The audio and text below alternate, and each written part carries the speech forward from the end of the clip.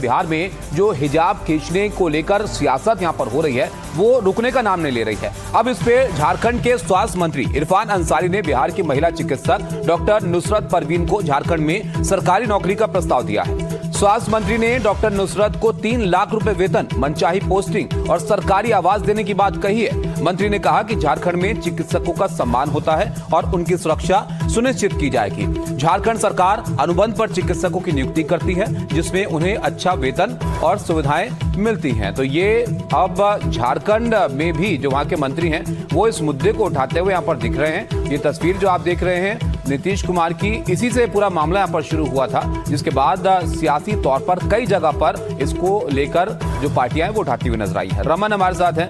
रमन, सियासत खत्म होने का नाम नहीं ले रही है। कल हमने देखा कश्मीर में, श्रीनगर में प्रदर्शन हो रहा था। अब यहाँ पर झारखंड के मंत्री यहाँ पर कह रहे हैं कि हम नौकरी दे देंगे। जो ये महिला हैं ये क्या चाहती है इसके अंदर? क्या इनकी भी कोई राय है या अपने पास से ही सियासत इसको लेकर हो रही है?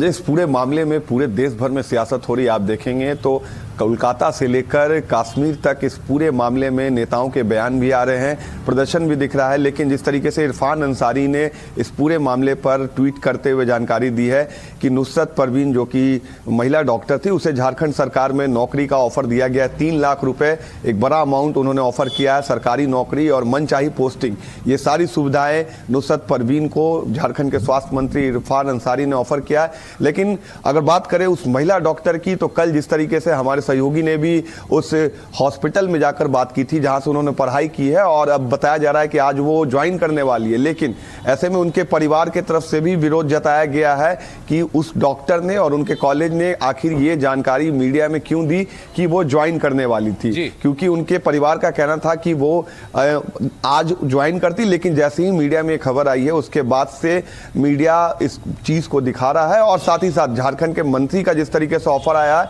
तो ये पूरे मामले में हिजाब विवाद के बाद ये पूरा मामला और बढ़ता ही जा रहा है। और आज देखना ये होगा कि नुसरत परवीन उस सरकारी अस्पताल में ज्वाइन करती है या फिर ये ज्वाइन नहीं करती और मामला आगे बढ़ेगा। करती है नहीं करती है ये भी यहाँ पर देखना होगा। और दूसरा ये भी आप संक्षिप्त में बताइएगा रमन के जो 3 लाख का ऑफर यहाँ पर दे रहे हैं वो वहां पर झारखंड में सारे डॉक्टर संतुष्ट हैं? इतना ही ऑफर करते हैं सब डॉक्टर्स को या इनके लिए खास तौर पर स्कीम लेकर आए हैं?